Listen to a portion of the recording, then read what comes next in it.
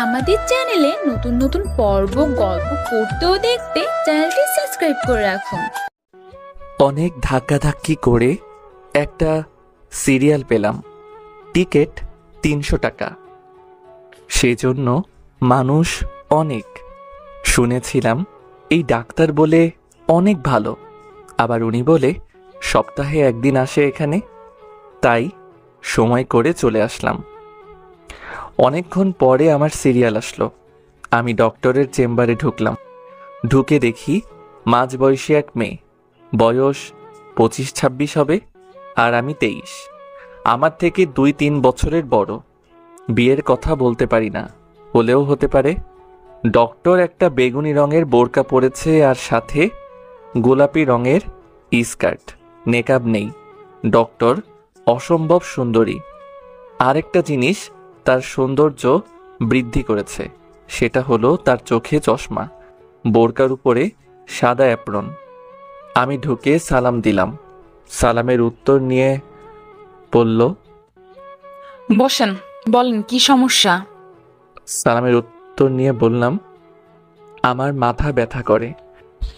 কেমন মাথা ব্যথা? মাথা কি প্রচন্ড ব্যথা করে? বমি আসে? না, শরীরের তাপমাত্রা ঠিক থাকে, কিন্তু প্রচণ্ড মাথা ব্যথা করে। তাপমাত্রা ঠিক? আপনি কি করে বুঝলেন? আমি ওই সামনে মেসে থাকি, সাথে আমার ফ্রেন্ড থাকে। মাথা ব্যথা উঠলে তার হাতে চেক করাই তাপমাত্রা ঠিক আছে কিনা। ও, আপনি আনম্যারিড? হুম। কি থেকে আপনার মাথা ব্যথা ওঠে? সে অনেক লম্বা কাহিনী। আই থিঙ্ক আপনার সে টাইম নাই। ওকে, মাথা ব্যথা কি আপনার সপ্তাহে 7 দিন ওঠে? না, 3 দিন ওঠে। এই 3 দিন আমার শরীরের উপর দিয়ে ঝড় বয়ে যায়। কাজের প্রচণ্ড চাপ থাকে। আসরের পর থেকে মাথা ব্যথা শুরু হয়। মাঝে মাঝে ব্যথার কারণে চোখে কিছু দেখি না। প্লিজ ডক্টর, একটা সলিউশন দেন, না হলে কবে জানি মাথা বাড়ি দিয়ে ফাটিয়ে ফেলি। ওকে। ডক্টর একটা প্রেসক্রিপশনে কতগুলো ওষুধের নাম লিখলো, লেখে নিজের মোবাইল দিয়ে ছবি তুলল। তারপর আমাকে বলল, এই ওষুধগুলো খাবেন। Thanks doctor. আপনার নামটা বললেন না? ঈশান মাহমুদ, অনার্স 3rd ইয়ার। ডক্টর আমাকে তার কার্ড দিয়ে বলল, যদি কোনো প্রয়োজন পড়ে তাহলে কল দিবেন। নাম্বার? কার্ডে আছে। আমি কার্ড দেখলাম। ডক্টরের নাম আনিকা। আমার জন্য এই সুবিধা কেন? আমি আপনার ডক্টর আর আপনি আমার পেশেন্ট। O by. বাইরে এক ফার্মেসি থেকে ওষুধ নিলাম। রুমে আসলাম, এসে শুয়ে রইলাম।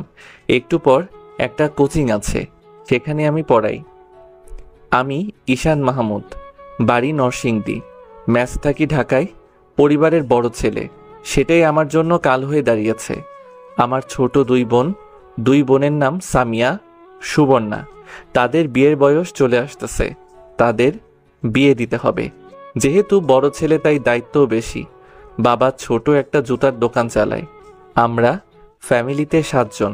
আমার দাদা দাদি দুজনেই অচল। সুবিধা একটা, বাড়িটা আমাদের নিজের। একটা জুতার দোকান থেকে 7 জনের খরচ, আবার বোনদের তাদের পড়ালেখার খরচ। তাই আমি উপার্জনের পথ দেখছি, সেটা হলো আমার মেধা দিয়ে 2টা কোচিং করাই, আবার 2টা প্রাইভেট পড়াই, আবার ভার্সিটি থেকে ক্লাস করি। কোচিং সপ্তাহে 3 দিন। এই 3 দিন আমার উপর দিয়ে ঝড় বয়ে যায়। রাতেই শুরু হয় মাথা ব্যথা।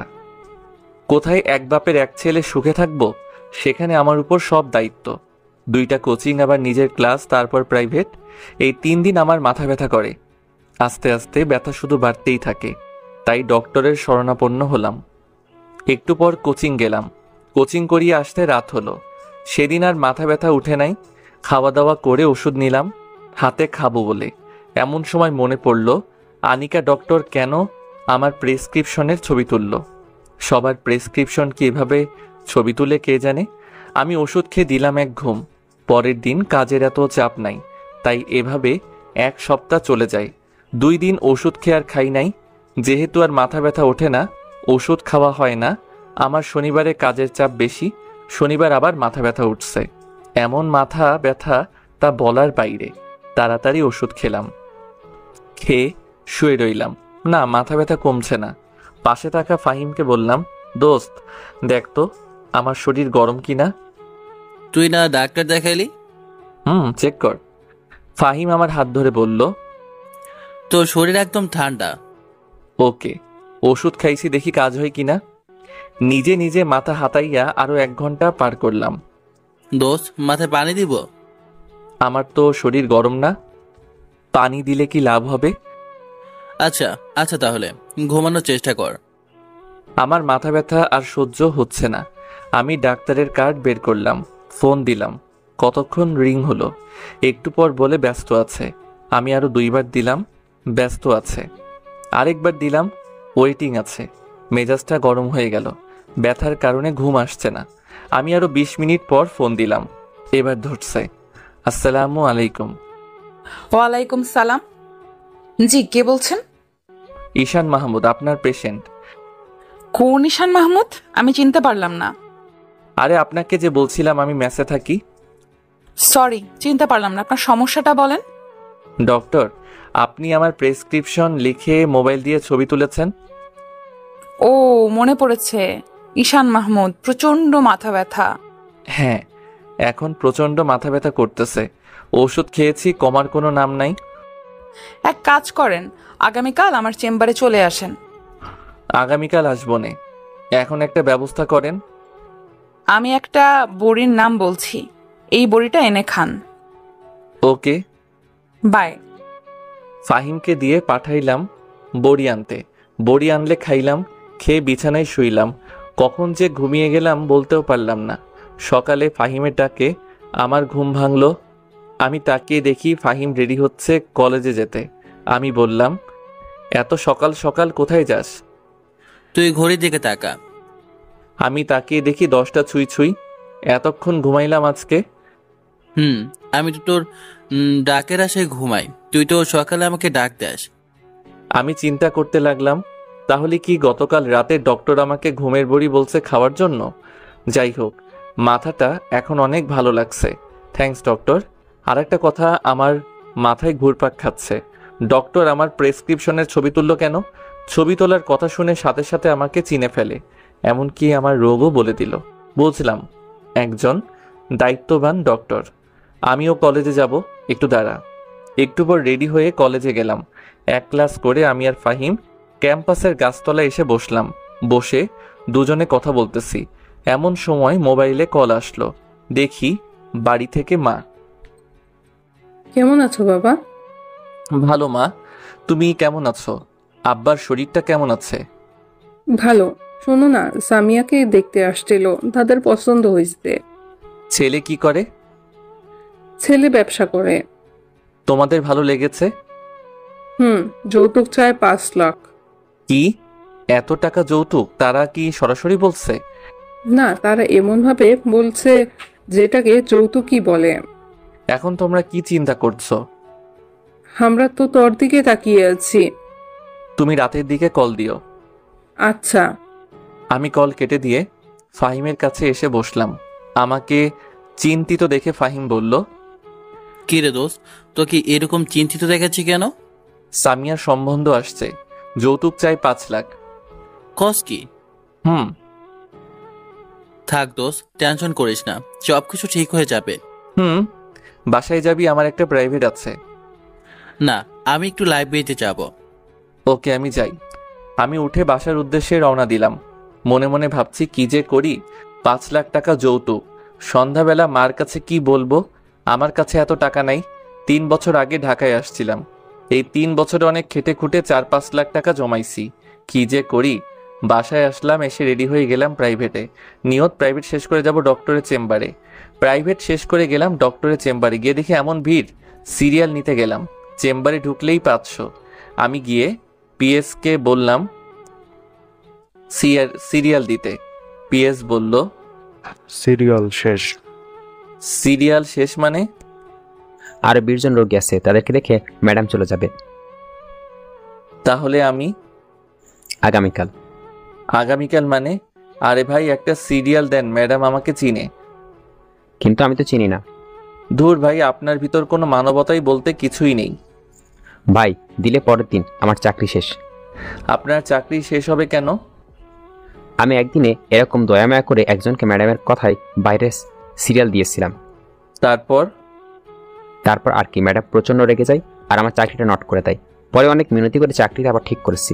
শুনেন, ম্যাডাম প্রচণ্ড জেদি, কোনো ভুল হলেই রেগে যায়। তাই আমাদের সাথে সাবধানে থাকতে হয়। সেজন্যই ভাই আমি এত বড় রিস্ক নিতে পারবো না। ইটস ওকে, আগে বুঝিয়ে বলবেন না? এই বলে আমি সেখান থেকে চলে আসলাম আর ভাবতে লাগলাম কি করা যায়।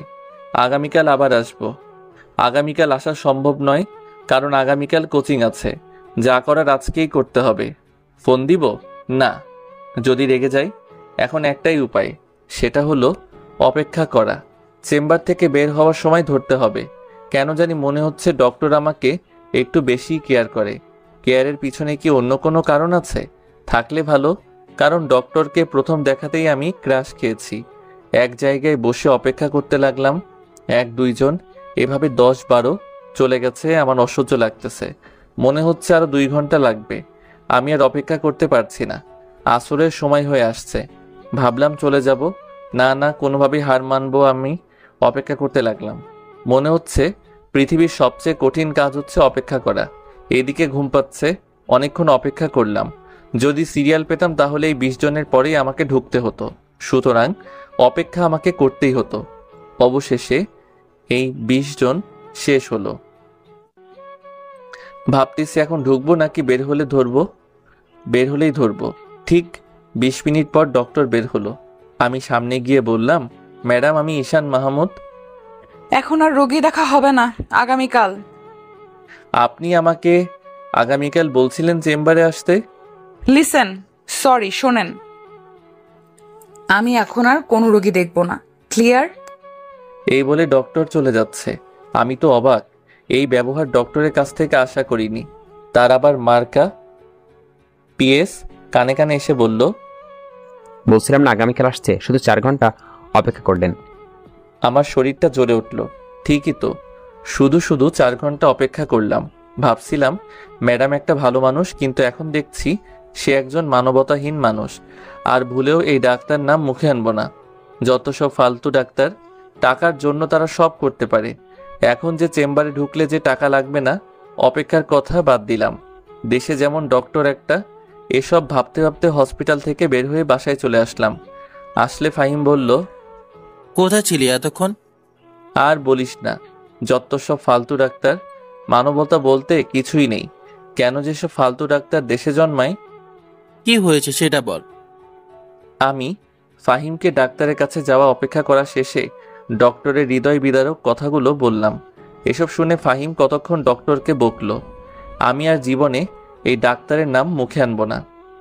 ঠিক আছে, দেশে কি ডাক্তার একটা নাকি? আমি আর ফাহিম কতক্ষণ বকে শরীরের জিদ মিটাইলাম। আসলে আমি একটা বোকা। বোকা না হলে 4 ঘন্টা বইসা রইলাম। একটু পর বাবার কাছে ফোন দিলাম। কেমন আছেন আব্বা? ভালো, তুই কেমন আছো? ভালো। সকালবেলা মার সাথে কথা বলছি। আপনি কি বলেন?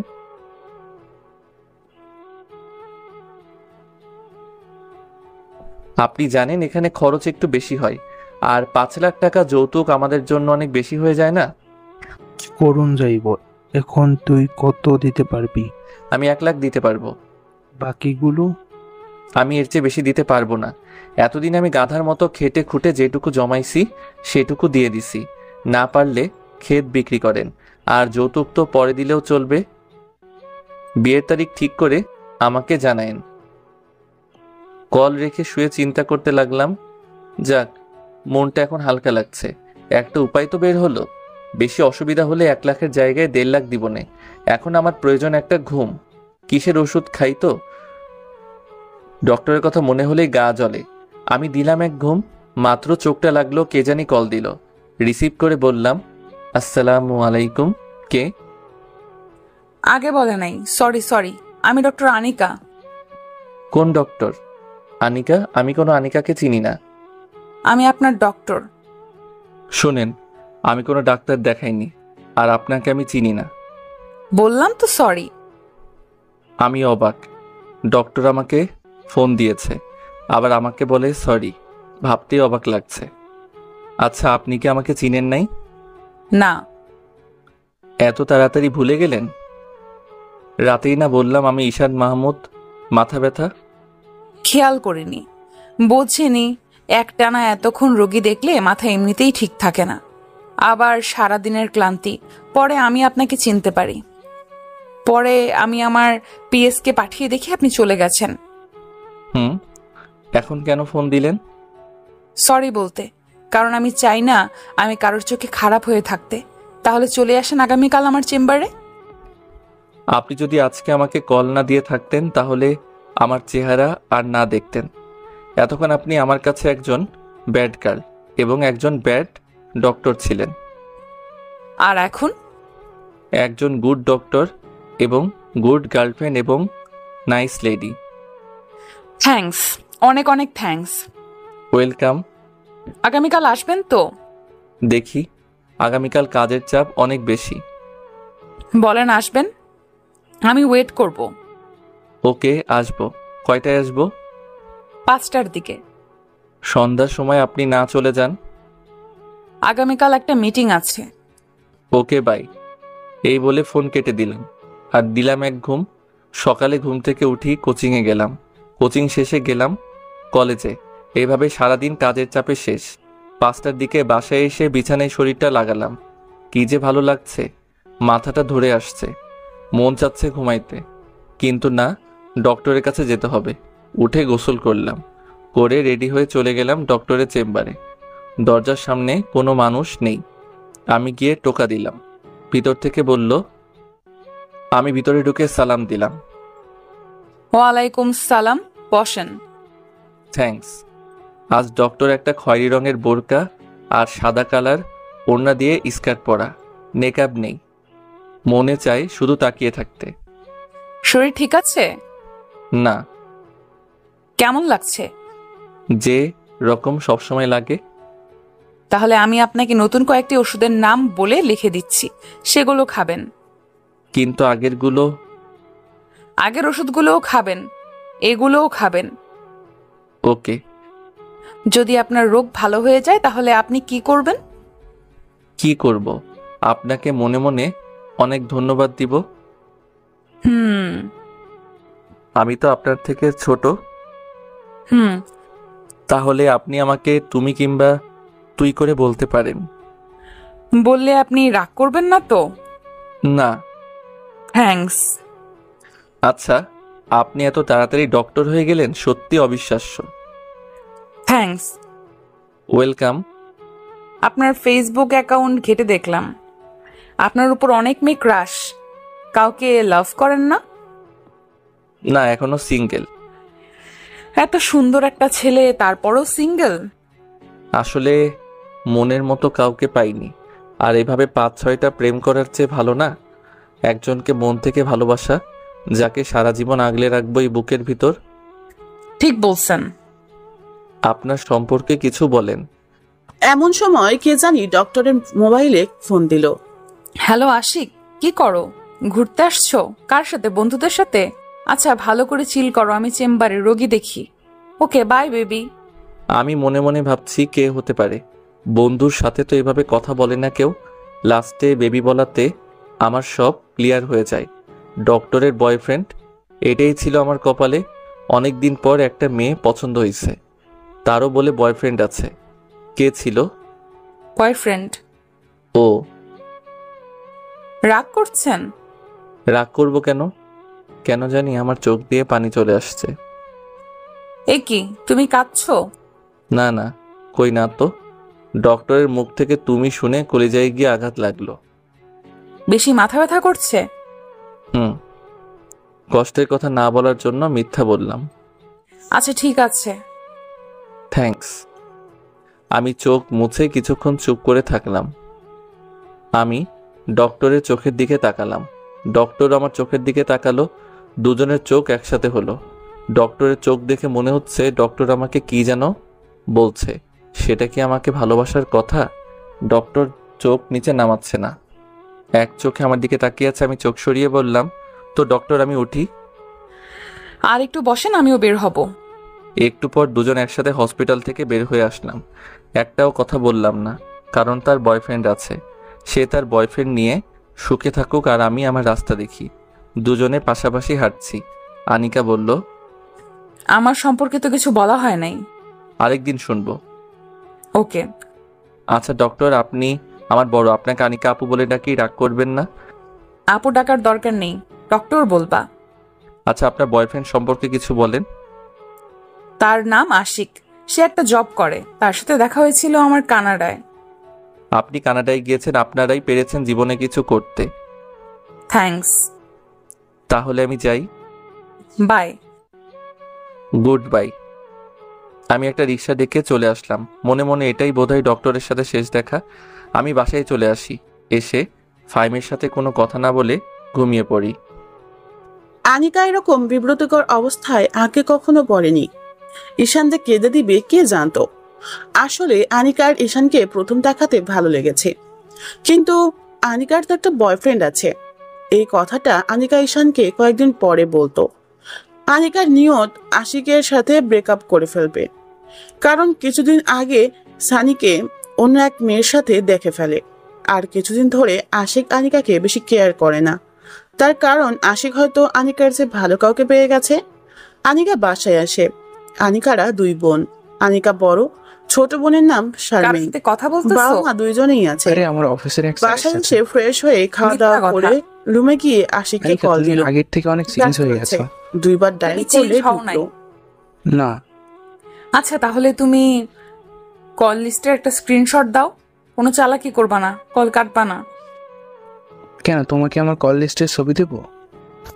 এই কথা দ্বারা বোঝা যায় তোমার ভেতরে সমস্যা আছে। তোমার সাথে কথা বলতে আমার ভালো লাগছে না। ভালো লাগবে কি করে? আমার থেকে ভালো কাউকে পেয়ে গেছো। শয়তান ফোন কেটে দিয়েছে। ব্রেকআপ করে ফেলবি এনে ঘুরাইতেছস কেন? শারমিন ঢুকলো আনিকার রুমে, ঢুকে বলল, কাকে এইভাবে গালি দিচ্ছ আপু? কাউকে না। দেখো তো আপু, এই দুজন থেকে তোরে কাকে ভালো লাগে? আনিকা অনিচ্ছা সত্ত্বেও তাকালো শারমিনের মোবাইলে, দেখে ঈশান আর একটা অপরিচিত ছেলের ছবি। আনিকা বলল, তুই এই ছবি কোথা থেকে পেয়েছিস? তুই চিনিস? তুই কি করে চিনলি? আগে তুই বল। সে হলো ঈশান মাহমুদ, আমাদের কলেজের 3rd ইয়ারে পড়ে। অধিকাংশ মেয়েদের ক্রাশ, কিন্তু সে আবালের মতো সারাদিন কাজ করে, কোনো মেয়েকেই পাত্তা দেয় না। তোর ক্রাশ? না, দেখ তার হাবাগোবা বন্ধুটার উপর ক্রাশ খাওয়া আমি। দে তোর মোবাইলটা দে। এই বলে আনিকা শারমিনের হাত থেকে মোবাইল নিয়ে ছবিটি ভালো করে দেখতে লাগলো। বলল, ঈশান মাহমুদের উপর যতগুলো মেয়ে ক্রাশ খেয়েছে তার একটা লিস্ট আমাকে দিবি। কেন, তুই ক্রাশ খেয়েছস? তাহলে আশিক ভাই? সে আমার পেশেন্ট। অনিচ্ছাকৃতভাবে আনিকা শারমিনের মোবাইলের ছবিগুলো দেখতে একটা ছবির উপর আনিকার চোখ আটকে যায়। এই ছবির মধ্যে এটা কে? তুই দেখে ফেলছস? মানে? কয়েকদিন আগে আমরা কয়েকজন ফ্রেন্ড মিলে গিয়েছিলাম একটা রেস্টুরেন্টে। সেই রেস্টুরেন্টে আশিক ভাই আর একটা মেয়ে বসে ডেট করছিল। সুযোগ বুঝে এই ছবিটা আমি তুলে রেখেছিলাম, ভেবেছিলাম তোরে দেখাবো, তো পরে ভাবলাম যদি তুই কষ্ট পাস, সেই জন্য দেখাইনি। ঠিক আছে, আমি জানতাম সে তলে তলে আরেকটা মেয়ের সাথে ডেট করে। তুই এই ছবিটা আমাকে দে, তার সাথে এখনই ব্রেকআপ করব। তারপর কি ঈশানের সাথে প্রেম করবি? তুই বেয়াদব, গিয়ে পড়তে বস। উপকার করলেও দোষ। এই বলে শারমিন চলে গেল। আনিকা ছবিটা আশিকের কাছে টেক্সট করলো, তারপর ফোন দিল। মেয়েটা কে? কে এটা আমি জানি না। তোরে আমি কত ভালোবাসতাম, আর তুই কিনা আমারে ভালোবাসার এই ফল দিলি। আরে তুই তো একটি বুড়ো বেটি, আর তুই আমারে টাইম দেস? তুই তো থাকস তোর কাজ নিয়ে। আর ছবির মধ্যে যে মেয়েটা দেখছস, জানোস তার বয়স কত? 19, মাত্র 19। তোর মতো বুড়ো না। আনিকা আশিকের মুখ থেকে এসব কথা শুনে অবাক হয়ে যায় আর কাঁদতে থাকে। তুই ঠিকই বলছ, আমি বুড়ো। যা, তোর সাথে ব্রেকআপ। তুই এই শাস্তি একদিন একদিন পাবি। এই বলে ফোন কেটে দেয় আর কাঁদতে কাঁদতে সারা রাত কাটিয়ে দিল। ঈশান সকালে ঘুম থেকে উঠে জীবন যুদ্ধে লেগে গেল। ঈশানের খালি ডক্টরের কথা মনে পড়ে, পরক্ষণেই আবার মনে পড়ে আরে ডক্টরের না বয়ফ্রেন্ড আছে? এভাবে একটা সপ্তাহ চলে যায়। ডক্টরের ওষুধগুলো নিয়ম মাফিক খাওয়ার ফলে আর মাথা ব্যথা উঠে নাই। ঈশান বোধ হয় ডক্টরের কথা জীবনেও ভুলতে পারবে না। বাড়ি থেকে ফোন আসলো ঈশানের বোনের বিয়ের তারিখ ঠিক হয়েছে, আর এক সপ্তাহ পর বিয়ে। ঈশান ফাহিমকে নিয়ে বাড়িতে চলে আসলো। বিয়ে শেষ করে ঢাকায় আসতে 15 দিন লেগেছে। ফাহিম আগেই চলে এসেছে। পরে শেষমেশ ঈশানকে 1.5 লাখ টাকাই দিতে হলো। যৌতুক পুরোটা দেওয়া হয় নাই, ঈশানকেই দিতে হবে। ঈশানের সামনে পরীক্ষা আসতেছে, সকল কিছু ঠিক রেখে পরীক্ষার পড়া পড়তে হয়। ছাত্র হিসেবে এত খারাপ না। পরীক্ষা দিল, পরীক্ষা খুব ভালো হলো, রেজাল্ট ভালো আসলো। এখন একটা কোচিংয়ে প্রাইভেট পড়ায়, একটা প্রাইভেট ফার্মকে দিছে। ঈশানের রেজাল্ট ভালো দেখে ফার্স্ট ইয়ারের কয়েকটা ছেলে মেয়ে এসে বলল প্রাইভেট পড়াইতে। ঈশান অনেক না করে, কিন্তু কে শুনে কার কথা, শেষ পর্যন্ত রাজি হতে হলো। পরদিন থেকে তাদের কোচিং করায়। এভাবে 2 মাসের মতো চলে যায়। মাথা ব্যথা যেহেতু উঠেই না, ঔষধ খাওয়া আরো আগেই ছেড়ে দিয়েছে। ঔষধ দেখলে ঈশানের সেই ডক্টরের কথা মনে পড়ে। ঔষধও দেখা হয় না, আনিকার কথা মনেও পড়ে না। ফার্স্ট ইয়ারের ব্যাচটা ঈশান পড়ায়। সেখানের একটা মেয়ে কি যেন বলবে ঈশানকে, কিন্তু ঈশান পড়া ছাড়া অন্য কোনো টপিক নিয়ে কথা বলে না, সেরকম কোনো চান্স দেয় না। একদিন তাদের পড়িয়ে চলে যাচ্ছে, এমন সময় এই ব্যাচের সবচেয়ে সুন্দরী মেয়েটা ঈশানকে ডাক দিল। কয়েকদিন ধরে লক্ষ্য করছে মেয়েটার চেহারার সাথে ডক্টরের অনেকটা মিল আছে। তাহলে সে কি ডক্টরের ছোট বোন? মেয়েটা কাছে আসতেই ঈশান বলল, কি বলবা বলো। কিছু না। তাহলে ডাক দিছো কেন? আমি গেলাম। প্লিজ যাবেন না, আপনার বন্ধু ফাহিম। ফাহিমকে কি করছে? তার নাম্বারটা একটু দিবেন? আমি কেন দিতে যাব তার নাম্বার? প্লিজ দেন না, প্লিজ প্লিজ প্লিজ। নাম্বার নিয়ে কি করবা? সেটাও বলতে হবে? তাকে কল দিয়ে বলবো, তাকে আমি ভালোবাসি, তাই না?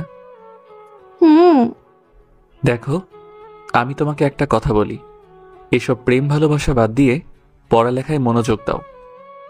দিবেন না আগে বলতেন, কেন এতক্ষণ ঘোরালেন? ধুর, আমি গেলাম। এই বলে মেয়েটা চলে যাচ্ছে। ঈশান কি যেন ভেবে আবার শারমিনকে ডাক দিল। কাছে আসতেই ঈশান বলল, তোমরা কয় ভাই বোন? শারমিনের মুখে বাঁকা হাসি ফুটে উঠল। বলল, দেখছেন মানুষটাকে কিভাবে প্রয়োজন পড়ে। দেখছি। এখন বলো তোমরা কয় ভাই বোন?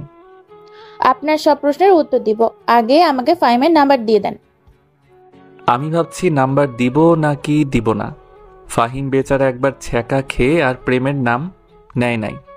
আর শারমিন তো অনেক সুন্দরী, দেই নাম্বার। উঠান। Thank you. নাম্বার উঠাও, আমি বলছি। এবার আমার প্রশ্নের উত্তর দাও। কি? কতবার বলবো তোমরা কয় ভাই বোন? আসতে বলেন, নইলে কিন্তু চলে যাব। ওকে, বলো। আমরা 2 ভাই বোন। নাই? বোন কি তোমার বড়? কি করে? আমি এত প্রশ্নের উত্তর দিতে পারবো না, গেলাম। কোথায় যাও? বলে যাও। বলতে পারবো না। তোমাকে ভুল নাম্বার দিয়েছি। ঈশান কথাটা বলল সম্পূর্ণ অনুমানে, কারণ এই সময় ফাহিম ঘুমায়, আর সে ঘুমানোর সময় মোবাইল বালিশের নিচে ফেলে ঘুমায়। তার মানে নেটওয়ার্ক নাই। চালাক মেয়ে কল দিয়েও ফেলেছে। যেটা ভাবছিল সেটাই, কোনো রেসপন্স নেই। শারমিন এসে বলল, আমার বড় বোন ডাক্তারি করে। কোন হসপিটালে? শারমিন হসপিটালের নাম বললে ঈশানের চিনতে কষ্ট হয় নাই এটা যে আনিকার ছোট বোন। শারমিন বলল, এবার সঠিক নাম্বার দেন। এটাই সঠিক নাম্বার, আবার চেষ্টা করো। শারমিন আবার চেষ্টা করে। এবার কল ঢুকে ওপাশ থেকে বলল, আসসালামু আলাইকুম, কে? শারমিন কথা বলতে বলতে চলে গেল। ঈশানের চোখটা গাছতলায় যায়। দেখে 3টা ছেলে তার দিকে আঙ্গুল দিয়ে কি যেন দেখাচ্ছে। ছেলে 3টা সেকেন্ড ইয়ারে পড়ে। ক্যাম্পাসের মধ্যে ফার্স্ট নতুন ইয়ারে ছাত্রছাত্রীদের সাথে র্যাগিং করে। ঈশানের সাথে তেমন চান্স নাই, জানি চড় থাপ্পড় গালে পড়বে। তাদের চাওয়া ঈশানের কাছে সুবিধার লাগলো না। কিছু একটা হতে পারে, সাবধান থাকতে হবে। ঈশানের বাসায় যেতে যেতে রাত হয়ে যায়। বাসার পিছন দিয়ে একটা গলি আছে। এই গলিতে তেমন মানুষ থাকে না সন্ধ্যার পর। ঈশান মাত্র গলিতে ঢুকলো, দেখে পিছনে আরো দুজন গলিতে ঢুকছে। তাদের দিকে চোখ যায় ঈশানের, আর চিনতে কষ্ট হলো না যে গাছতলায় বসা তিনজনের মধ্যে দুইজন। ওরা ঈশানের থেকে অনেকখানি দূরে। ঈশান ভাবলো কোনো একটা ঝামেলা হতে পারে। ঈশান হাঁটার গতি বাড়িয়ে দিল। একটু সামনে এগিয়ে দেখে বাকি আরেকজন। ঈশানের বুঝতে কষ্ট হলো না এটা একটা ফাঁদ। ঈশান হাঁটার মধ্যে মোবাইল বের করে ফাহিমকে মেসেজ করলো যত তাড়াতাড়ি সম্ভব বাসার পিছনের গলিটায় আসতে, সমস্যায় পড়েছে। মেসেজটা করে সুবোধ বালকের মতো হেঁটে যাচ্ছে। এমন ভাব ধরলো যেন তাদের দেখে নাই। ভাব ধরাটা বেশিক্ষণ টিকেনি। পিছন থেকে ডাক আসলো, ওই দাঁড়া, তোর সাথে কথা আছে। ঈশান না শোনার ভান করে হেঁটে চলে যাচ্ছে। এই তোরে বলেছিলাম না দাঁড়াতে। ঈশান এবারও না শোনার ভান করে হেঁটে চলেছে। এবার সামনের জন ঈশানের পথ আটকালো আর বলল, তোরে ডাকছে, শুন শোনা। কি বলবি বল। ডাক দিছি, শুনুস নাই কেন? প্রয়োজন মনে করিনি। কি বলবি বল, আমি চলে যাচ্ছি। তোর যাইতে দেরি আছে, তোর সাথে আমাদের অনেক বোঝাপড়া আছে। আমি তোদের কোনো সমস্যা করছি? ক্যাম্পাসের সব সুন্দরী মেয়েরা তোর পিছনে ছুটে, আজ তোর এমন অবস্থা করব যাতে কোনো মেয়ে তোর দিকে তাকাতে লজ্জা পায়। তোর শারমিনের সাথে কি সকালে তার সাথে হাসাহাসি করে কি কথা বলতেছস? একটা কথা ভুলে যাস না, আমি কিন্তু তোদের বড়। এখন চুপচাপ চলে যা, কোনো সমস্যা হবে না। পরে কিন্তু তোদের খবর আছে। তুই কি শারমিনকে পটিয়ে ফেলতেছস নাকি তোর সাথে রুম ডেটের অফার দিতেছস? তুই তো রুম ডেট করতে পারবি না, আমাদের ঠিকানাটা বল, আমরা চলে যাব নে। এই বলে তারা হাসতে লাগলো। ঈশান তিনজনের সাথে একা পারবে না। ফাহিম এখনো দেরি করছে কেন? মেসেজ দেখলে তাড়াতাড়ি আসার কথা। তারা তিনজন থেকে একজন প্যান্টের বেল্ট খুলছে আর একজন একটা ছুরি বের করছে। তারা ঈশানকে তিন দিক দিয়ে ঘিরে ধরছে, তাই দৌড় দেওয়ার কোনো চান্স নেই। ঈশান মায়ের শুরু করে দেয়। যতক্ষণ পর্যন্ত ফাহিম না আসে, ছুরিওয়ালা ছেলেটাকে কানের নিচে নরম জায়গায় শরীরের যত শক্তি আছে তত শক্তি নিয়ে আঘাত করলো। তারা হয়তো এমন আঘাত আসবে কল্পনাও করেনি, তাই প্রতিরক্ষা করার কোনো সুযোগই পায়নি। যে জায়গায় আঘাত করছে ঠিক সে জায়গায় গিলে লাগলো। ছেলেটা এক চিৎকার দিয়ে নিচে পড়ে গেল। এটা তিনজনের সাথে পারা সম্ভব না। ফাহিমও আসেনি। তিনজন ঈশানকে এলোপাথারি লাথি মারছে আর বলছে, মার শালারে মার, শালাই কি ঘুষি দিল, গার ধরাইতে পারছি না। কথা বলছে আর মারছে। ঈশান হাত দিয়ে প্রতিরক্ষা করছে। ঈশানের নাক দিয়ে ব্লিডিং হচ্ছে, মুখের কয়েক জায়গায় কেটে গেছে, অনবরত রক্ত পড়ছে। এমন সময় ফাহিম আসলো। ফাহিমের হাতে একটা লাঠি। এই লাঠি দেখে ওরা তিনজন দৌড় আর ফাহিমের দৌড় দেখে। ফাহিম ঈশানের কাছে এসে বলল, সরি দোস্ত, দেরি হয়ে গেছে। আমি ওয়াশরুমে ছিলাম, বের হয়ে দেখি তোর মেসেজ দেখার সাথে সাথে আমি চলে আসি। আমি তোরে কিছু বলছি? দেখ, আমার অনেক ব্লিডিং হচ্ছে, আমাকে কোনো ডক্টরের কাছে নিয়ে যা। আমি তোরে ধরেছি। ফাহিম ঈশানকে ধরে গলি থেকে বের করে রাস্তায় নিয়ে আসে। একটা গাড়ি ডাক দেয়। ঈশান গাড়িতে ওঠে। নাক দিয়ে রক্ত বের হচ্ছে, মুখের কয়েক জায়গায় কেটে গেছে। ছুরি দিয়ে আঘাত করায় পিঠে কয়েক জায়গায় কেটে গেছে, অনেক ব্লিডিং হচ্ছে, তাই ঈশান জ্ঞান হারায়। আনিকা আশিকের সাথে ব্রেকআপ করার পর একা হয়ে গেছে। প্রতি রাতে কেন জানি ঈশানের কথা মনে পড়ে। চেম্বারে ঈশান আর আসে না, কারণ হয়তো ঈশানের রোগ ভালো হয়ে গেছে। আনিকা কোনোভাবেই ঈশানকে ভুলতে পারছে না। আনিকার খালি ঈশানের কান্নার কথাটা মনে পড়ে আর ফুপিয়ে কেঁদে ওঠে। সব সময় আনিকা নিজেকে এই বলে সান্ত্বনা দেয়, ঈশান তুই তো আমারে ভালোবাসতি, আমি জানি তুই একদিন আসবি। আসলে যে ঈশানকে কি করবে আনিকা, সেটা আনিকাই জানে। এভাবে আনিকার 2 মাস চলে যায়। ঈশানের কোনো দেখা নাই। বাড়ি থেকে বিয়ের কথা বলছে, ভালো এক সম্বন্ধ আসছে, বলছে বিয়ে করার জন্য। আনিকা এই বাহানা সেই বাহানা দিয়ে দেরি করছে। শেষমেশ আনিকা নিজেই সিদ্ধান্ত নিল, নিজেই ঈশানের সাথে দেখা করবে আর নিজের ভালোবাসার কথা বলবে। ওই দিন রাতে আনিকার রুমে শারমিন এসে নাচতে থাকে খুশিতে। এদিকে আনিকা টেনশনে বাঁচে না আর নিজের বোন কিনা নাচে। দিল এক ধমক, শারমিনের মুখটা কালো হয়ে যায়। ধমকের কারণে শারমিন কেঁদে দেয়, কাঁদতে চলে যাচ্ছে আর বলতে লাগলো, আপু তুই না অনেক খারাপ। আমি টেনশনে বাঁচি না, আব্বা আম্মা বিয়ের চাপ দিচ্ছে, আর তুই কিনা খুশিতে নাচস। যা, তোর সাথে আমি আর কথা বলবো না। ব্যাপারটা ছিল ঈশানকে নিয়ে। এই বলে শারমিন সেখান থেকে চলে আসলো। আনিকা ঈশানের নাম শুনে আটকে যায়। ঈশানের ব্যাপারে কি বলবে শারমিন? পরক্ষণেই মনে পড়লো, আরে ঈশান আর শারমিন তো একই কলেজে পড়ে, নিশ্চয়ই কিছু একটা হয়েছে। শারমিন যেহেতু খুশিতে নেচেছে, তাহলে নিশ্চয়ই ভালো খবর। এইসব চিন্তা করে শারমিনকে ডাক দিল। 5-6টা ডাক দিল, শুনেনি, তার মানে অনেক রাগ করছে। আনিকা জানে শারমিনের রাগ ভাঙানো এত সহজ না। আনিকা ভাবতে লাগলো কি করে রাগ ভাঙানো যায়। এখন একটাই উপায়, তার পছন্দের খাবার বানানো। আনিকার যতটুকু মনে পড়ে, শারমিনের পছন্দের খাবার হলো পিৎজা। কিছু করার নেই, পিৎজার অর্ডার দিয়ে দিল।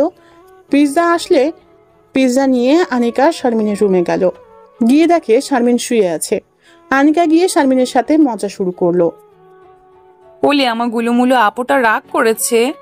কোথায় রাগ করেছে, গালে নাকি মুখে? দেখ তোর জন্য কি আনছি। যা, তোর সাথে কোনো কথা নেই। ওকে, তাহলে পিৎজাটা আমি একাই খাই। কি, তুই পিৎজা আনছোস? শোয়া থেকে উঠে বসলো। দে আপু দে। তোর রাগ ভাঙছে? তারপর দুই বোন মিলে পিৎজা খেতে লাগলো। আনিকা জিজ্ঞেস করলো, ঈশানের ব্যাপারে কি যেন বলছিলি? আমি জানি তুই এই প্রশ্নটা করবি, কারণ তুই আরো আগে ঈশানের উপর ক্রাশ খাইছস। খাইছি, এখন বল। শারমিন ঈশানের কাছে প্রাইভেট পড়ায়। সকালের সব কথা আনিকাকে বলল শারমিন। এক পর্যায়ে আনিকার মুখ উজ্জ্বল হয়ে যায়, কারণ ঈশান কারো প্রেমে পড়ে নাই। আর শারমিনের বোনের সম্পর্কে অনেক কিছু জিজ্ঞেস করায় বুঝতে পারলো এখনো আনিকাকে ভালোবাসে। তার মানে ঈশানের কাছে গেলে হতাশ হবে না। খুশিতে আনিকা শারমিনকে নিয়ে নাচতে থাকে। আনিকা ফাহিমের কথা শুনে বলল, আগে পড়াশোনায় মনোযোগ দে, প্রেম ভালোবাসা পরেও করতে পারবি।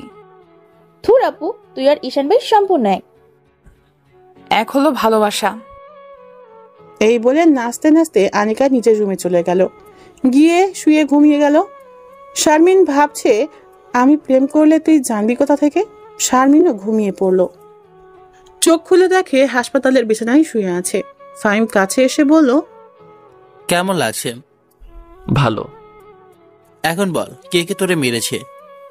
নাম জানি না, তবে কলেজের সেকেন্ড ইয়ারে পড়ে। সেকেন্ড ইয়ারের ছেলেরা তোরে মেরেছে? তুই কিছু করেছিস? না, তোর জন্যই তো আমি মাইর খেলাম। আমার জন্য মানে?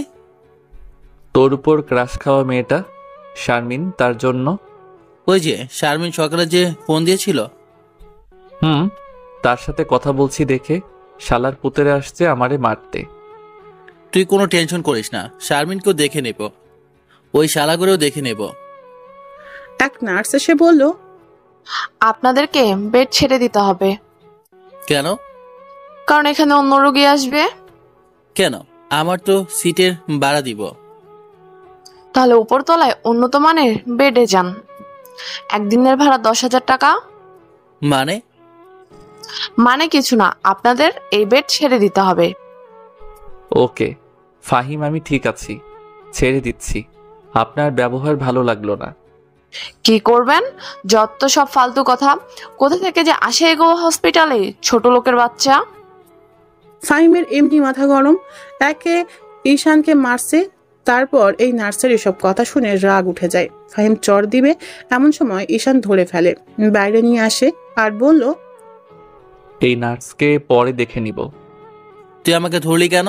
চর দিয়ে সবগুলো দাঁত ফেলে দিতাম। দেখ বিল কত হয়েছে, আমি এখানে বসি। এতক্ষণ ঈশান হসপিটালটা ভালো করে খেয়াল করেনি। হসপিটালের এদিক ওদিক তাকিয়ে চোখ বড় হয়ে যায়। এটা তো আনিকা যে হসপিটালে কাজ করে, এটা তো সেই হসপিটাল। এই করিডোর পর হলেই তো আনিকা বসে আছে চেম্বারে। এত কাছে বসে আছে ওর ভালোবাসা। মন চাচ্ছে উড়াল দিয়ে চলে যেতে তার কাছে, কিন্তু গেলে কি লাভ হবে? তার তো বয়ফ্রেন্ড আছে, গেলে তো অসুবিধা হবে। ঈশানের কেন জানি মন চাচ্ছে আনিকাকে এক নজর দেখতে, সম্ভবত ভালোবাসে সে কারণে। ফাহিম এসে বলল, দোস্ত, বিল 10,000 টাকা। এত টাকা? কি করলো? একটু পিঠে সেলাই করলো আর মুখে ওয়াশ করে ব্যান্ডেজ বেঁধে দিল। সামান্য কাজে এত টাকা হয় কি করে? আমি একই প্রশ্ন করছিলাম। তারা বলে তোরে যে ইঞ্জেকশন দিয়েছে সেগুলো অনেক দামি। ঠিক আছে, দেখি কি করা যায়। তুই এক কাজ কর, যে নার্স আমাদের সাথে খারাপ ব্যবহার করছে তার নামটা জেনে আয়। তুই দাঁড়া। একটু পর এসে বললাম, তানহা, নার্সের নাম তানহা। তানহা নামটা সুন্দর, কিন্তু একটা ডাইনি। আমি এক জায়গায় যাব, তুই আমাকে হেল্প কর। কোথায় যাবি? আমাকে ধর, তোকে বলি। আমি যে মাথা ব্যথার জন্য ডক্টর দেখাইছিলাম, সে ডক্টরের চেম্বার একটু সামনে, তার কাছে যাচ্ছি। কিন্তু তার কাছে গিয়ে কি লাভ হবে? জানি কোনো লাভ হবে না। আর এই ডক্টরকে আমি 2 মাস আগে ভালোবাসছিলাম, এত কাছে যেহেতু, তাই এক নজর দেখে যাই। ওকে, যা। আর শোন, এই ডক্টরের বোনের নাম শারমিন। কি কস? ওই দেখ ডক্টরের চেম্বার। আমি যাই। কতক্ষণ লাগবে? জানি না। এই বলে ঈশান আনিকার চেম্বারের সামনে চলে আসে। আনিকার পিএস এসে বলল, এখন কোনো রোগী দেখা হবে না। ম্যাডামকে বলেন ঈশান মাহমুদ আসছে। পিএস ভিতরে চলে যায়। একটু পর ফিরে এসে বলল ভিতরে যেতে। ঈশান ভিতরে ঢুকলো, দেখে ডক্টর উল্টো দিকে চেয়ার ঘুরিয়ে বসে আছে। ঈশান বলল, আমাকে মুখ দেখাবেন না? যেটার জন্য এত কষ্ট করে আমি এখানে আসলাম, দেখাবেন না? তাহলে ভিতরে আসতে বললেন কেন? এই বলে ঈশান বসা থেকে উঠল। ডক্টর তার চশমাটা রেখে সোজা হেঁটে ঈশানের কাছে চলে আসে। এসে কোনো কথা না বলে ঈশানের মাথায় ধরে সোজা তার নরম গোলাপি ঠোঁটটা ঠোঁটে লাগিয়ে দেয়। ঈশান এর জন্য প্রস্তুত ছিল না। 30 সেকেন্ড পর ছেড়ে দিল। ডক্টর চোখ বন্ধ করে রাখছে। ঈশান বলল, এটা কি ছিল? জানি না। এবার আমি তার পিছনে কোমরে হাত রেখে টান দিয়ে আমার একেবারে কাছে এনে আমি নতুন করে আমার ঠোঁট তার ঠোঁটে লাগিয়ে দেই। এবার আমরা দুইজন একে অন্যের ঠোঁটের স্বাদ উপভোগ করলাম টানা 2 মিনিট। আমি আস্তে আস্তে তার কোমর ছেড়ে দিই। ডক্টর আস্তে আস্তে নর্মাল হয়। আমার কাছ থেকে একটু সরে চোখ খোলে, একটা মুচকি হাসি দেয়। ঈশান বলে, এত ভালোবাসা, এত আকাঙ্ক্ষা, এসব এতদিন কোথায় রেখেছিলা? জানি না। ঈশান আস্তে আস্তে চেয়ারে বসে। ডক্টর এখনো পুরো শরীরে তাকায়নি, তাকিয়ে অবাক হয়ে যায় আর বলে, এইসব কি তোমার শরীরে কি করে হয়েছে এগুলো? এত উত্তেজিত হওয়ার কোনো কারণ নেই, আমি ঠিক আছি। কোথায় তুমি ঠিক? পিঠে ব্যান্ডেজ, মাথায় ব্যান্ডেজ, হাতে ব্যান্ডেজ। আনিকা উঠে এসে আমার শরীর দেখাতে লাগলো, দেখে বলল, তোমাকে মনে হয় 3-4 জন মিলে গণধোলাই দিছে। কি করে হলো এসব? খুলে বলো। ঈশান আনিকাকে রাতের ঘটনা, হাসপাতালে আসা এবং সবশেষে নার্সের কথাটা বলল। নার্সের কথা শুনে আনিকা রেগে যায় আর বলল, তুমি একটু বসো, আমি সব ঠিক করে দিয়ে আসি। ঈশান কিছুক্ষণ বসে রইল। একটু পর আনিকা এসে বলল, সব ঠিক আছে, তোমাকে কিছু ওষুধ লিখে দিচ্ছি, সেগুলো খাবা আর পুরো 2 সপ্তাহ রেস্টে থাকবা। এতদিন রেস্টে থাকতে পারবো না। কেন? শোনো, আমি 2টা কোচিং, একটা প্রাইভেট পড়াই। আমি যদি 2 সপ্তাহ এসব বন্ধ রাখি তাহলে আমার অনেক ক্ষতি হয়ে যাবে। কি ক্ষতি? আমি এখানে মেসে থাকি, মেসের ভাড়া, খাওয়া, আর আমাদের ফ্যামিলি মেম্বার 6 জন। আব্বার একটা ছোট জুতার দোকান, সেটা দিয়ে চলে না। তাই আমি এখানেও গাধার মতো খেটে খুঁটে কিছু টাকা ইনকাম করে বাড়িতে পাঠাই। এখন যদি 2 সপ্তাহ এসব বন্ধ রাখি তাহলে কি অবস্থা হবে? আনিকা উঠে ঈশানের কাছে এসে বসলো। বসে হাত ধরে বলল, ঈশান, তোমার সমস্যা আমার সমস্যা। আমি তোমাকে ভালোবাসি, তুমি বাসো না? বাসি, কিন্তু কিন্তু কি? তোমার না একটা বয়ফ্রেন্ড আছে? তার সাথে তো আমি 2 মাস আগেই ব্রেকআপ করছি। ও খুব ভালো, আমি তোমাকে খুব ভালোবাসি। আমি জানতাম তুমি আমাকে অনেক ভালোবাসো। হুম। তুমি কোনো টেনশন করো না, তুমি 2 সপ্তাহ রেস্ট নাও, দেখবে সব ঠিক হয়ে যাবে। তুমি বলছো? আচ্ছা, তুমি তো বললা তোমাকে 3 জন মারলো। কেন মারলো সেটা তো বললা না। তোমার বোন শারমিনের কারণে। অবশ্য তার এখানে কোনো দোষ নেই। তার সাথে সকালে কথা বলছিলাম, সেটা 3 জন ভালো চোখে নেয়নি। শারমিন এখানে জড়িত আছে, তার খবর আছে। আনিকা মোবাইল বের করলো ফোন করার জন্য। ঈশান আনিকাকে থামিয়ে বলল, তাকে ফোন দিবা না, আর তার এখানে কোনো দোষ নেই। ওকে, তোমার মোবাইলটা দাও। গতকাল রাতে ভেঙে গেছে। এখন কি করবা?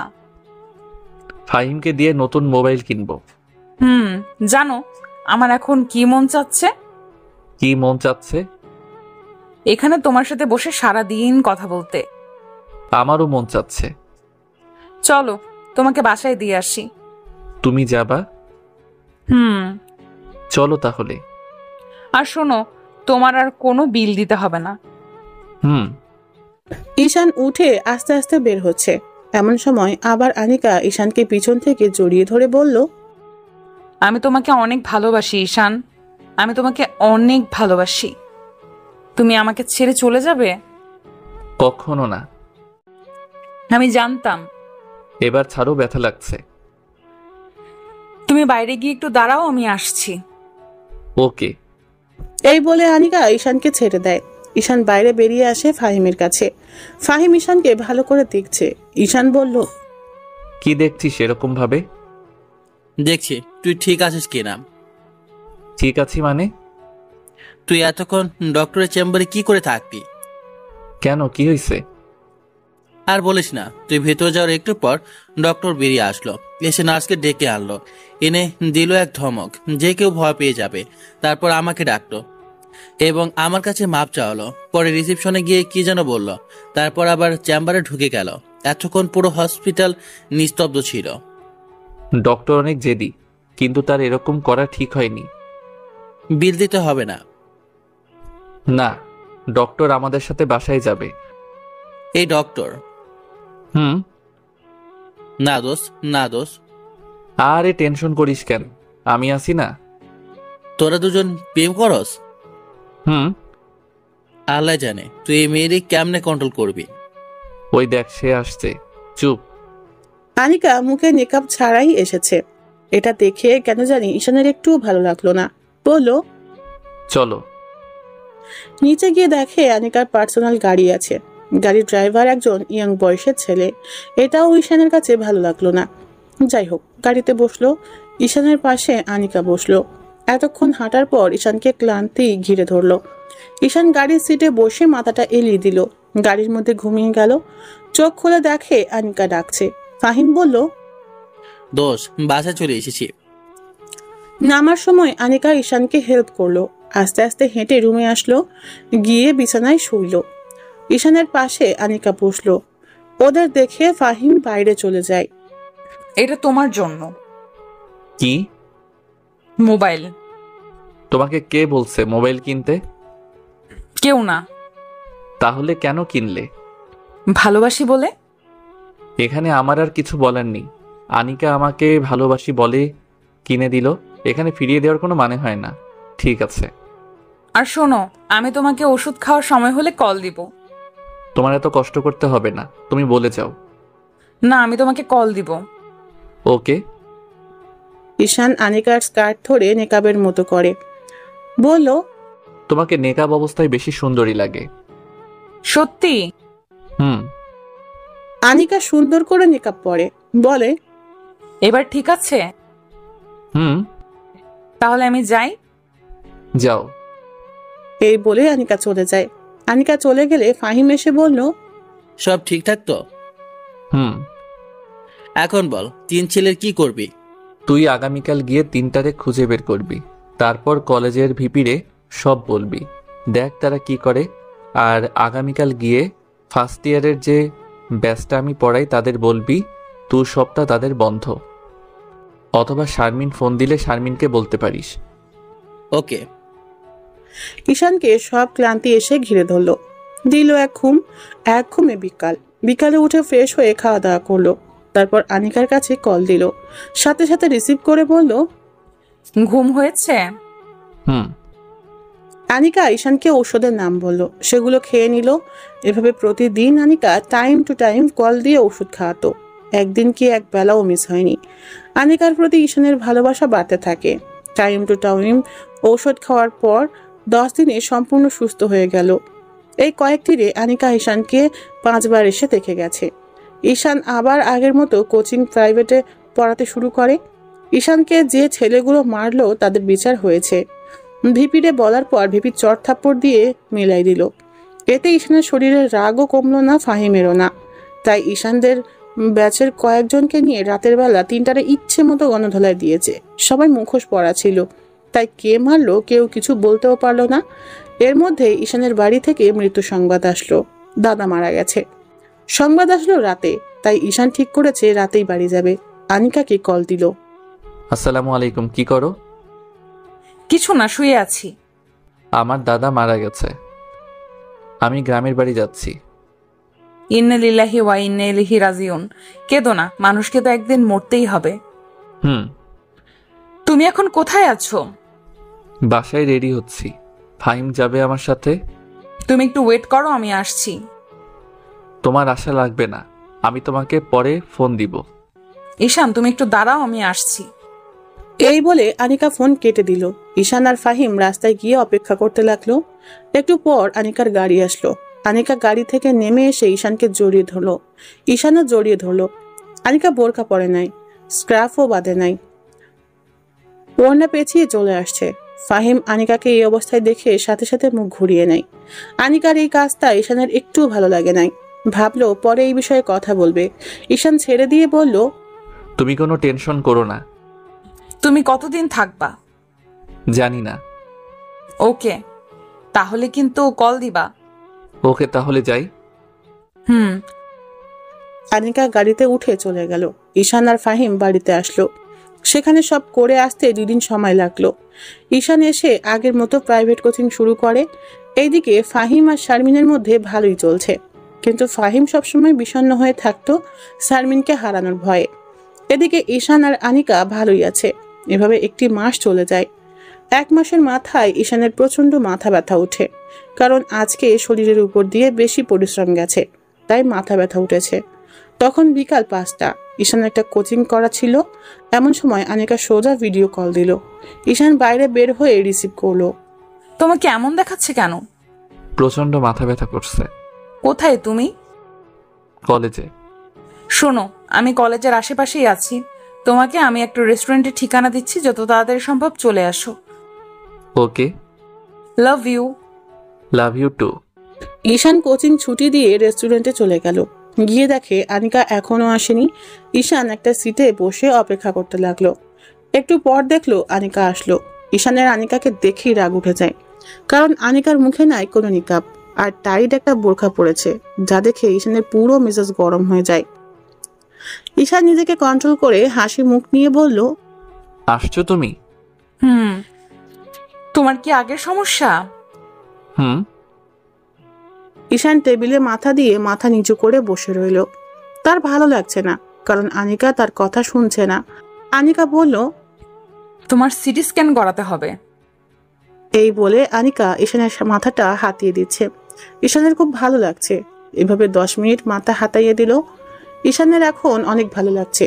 ইচ্ছে করে প্রশংসা করলো না, কারণ সে তার কথা শুনেনি। আনিকা বলল, ভালো লাগছে। আনিকা উঠে এসে ঈশানের পাশে বসে মাথা হাতিয়ে দিচ্ছে। এভাবে আরো 10 মিনিট মাথা হাতিয়ে দিল। ঈশান মাথা উঠিয়ে বলল, মাথা ব্যথা অনেকটা কমে গেছে। দাও, আর একটু মাথাটা হাতিয়ে দেই, ভালো লাগবে। না, আপাতত চলবে। ওকে। আসলে মাথা ব্যথা অনেকটা কমে গেছে, তাই প্রশংসা না করে পারলাম না। বিয়ের পর কিন্তু কিছু করো আর না করো, এভাবে মাথা কিন্তু হাতিয়ে দিতেই হবে। আমার মাথা বানানো ভালো লাগে? থ্যাঙ্কস। আমাকে কোনো সময় থ্যাঙ্কস দিবা না, দরকার হলে বকা দিবা, তবুও থ্যাঙ্কস দিবা না। ওকে। শোনো, একটা কফি খাও, ভালো লাগবে। ওকে। আনিকা, তুমি কিন্তু আমার একটা কথা মানোনি। কি কথা? এত তাড়াতাড়ি ভুলে গেলে? কাজে ব্যস্ত থাকি তো, মিস্টেক হতেই পারে। নেকাব? ও, মনেই থাকে না। আর সাথে সাথে নেকাব লাগিয়ে ফেললো। ঠিক আছে, সাথে তোমার আরো 2টি কাজ করতে হবে। কি কি? তোমাকে আরও লুজ বোরকা পরতে হবে, আর তোমার ড্রাইভারকে বাদ দিতে হবে। মেয়ে ড্রাইভার দেখো পাও কি না। ওকে, দেখা যাক। মুখটা কালো করে বলল। তুমি রাগ করছো?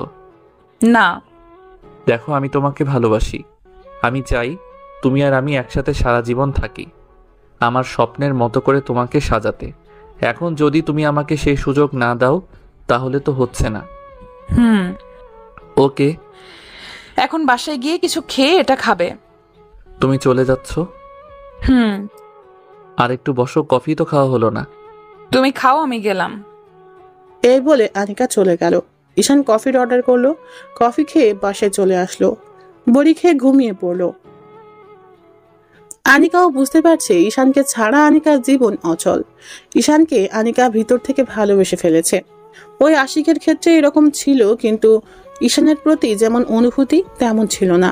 আনিকা ইচ্ছে করে ঈশানের সাথে এরকম করছে, কারণ আনিকা ঈশানকে পরীক্ষা করছে। আনিকা যুক্তিটা এভাবে দিয়েছে, ঈশান আমাকে ভালোবাসে, আমি ঈশানকে ভালোবাসি। ঈশান চাইবে না আমি পর্দা না করি, সে চাইবে না আমি অন্য একটা ছেলের সাথে ঘুরি, সে চাইবে আমি সব সময় তার কথা শুনি, তার কথা মতো চলি। এখন যদি আমি ঈশানের কথা না শুনি তাহলে ঈশান রাগ করবে। এই রাগ করার মানেই ঈশান আমাকে ভিতর থেকে ভালোবাসে। এখন যদি ঈশান রাগ না করে তার মানে ঈশানের মন থেকে আনিকা উঠে যাচ্ছে। ঈশান মনে মনে ভাববে আনিকা থাকুক আনিকার মতো আর আমি থাকি আমার মতো। তারপর আস্তে আস্তে কয়েকদিন যাওয়ার পর দুজনের সম্পর্ক খারাপ হয়ে যাবে। আর ঈশান যদি আনিকাকে মন থেকে ভালোবাসে তাহলে যত কষ্টই হোক আনিকাকে নিজের কাছে আগলে রাখবে। এখন যদি নিজেকে কঠোর হতে হয় তাহলে ঈশান তাই করবে। এভাবে আনিকা যুক্তি দিল ঈশানকে পরীক্ষা করার জন্য, কারণ আনিকা চায় না আশিকের মতো ঈশানকে হারাতে। ঈশানের সামনে গেলে আনিকা ইচ্ছে করে নিকাব খুলে যায়। অন্য যে কোনো সময় আনিকা নিকাব পরে থাকে। আর আনিকা নতুন ড্রাইভার দেখে ফেলেছে, আর কয়েকটা লুজ বোরকা যেগুলো ঈশানের ভালো লাগে সেগুলো কিনে রাখছে। আনিকা বিকালে ঈশানের কাছ থেকে এসে রুমে বসে আছে। এমন সময় শারমিন আনিকাকে পিছন থেকে জড়িয়ে ধরলো। আনিকা বলল, তোর কি হয়েছে? এত খুশি লাগতেছে কেন? ফাহিম না আমাকে ভালোবাসে। তুই কেমন করে বুঝলি ফাহিম তোকে ভালোবাসে? তার কথাবার্তা, আচার আচরণ আর সবসময় আমাকে কেয়ার করে। ভালো, তাহলে বিয়ে দিয়ে দেই। দিয়ে দে, কে না করেছে? সত্যি? দাঁড়া, তোরে দেখাচ্ছি মজা। এই বলে আনিকা জোরে জোরে মা মা বলে ডাকতে লাগলো। শারমিন আনিকার মুখে হাত দিয়ে ধরলো। আপু ডাকিস না, আমাকে ডাকিস না। ওকে, আর ডাকবো না। এখন মুখ ছাড়। দোয়া কর আগে ঈশানের সাথে আমার বিয়ে হোক, তারপর তুই যাকে বলবি তার সাথে বিয়ে দিয়ে দিব। সত্যি?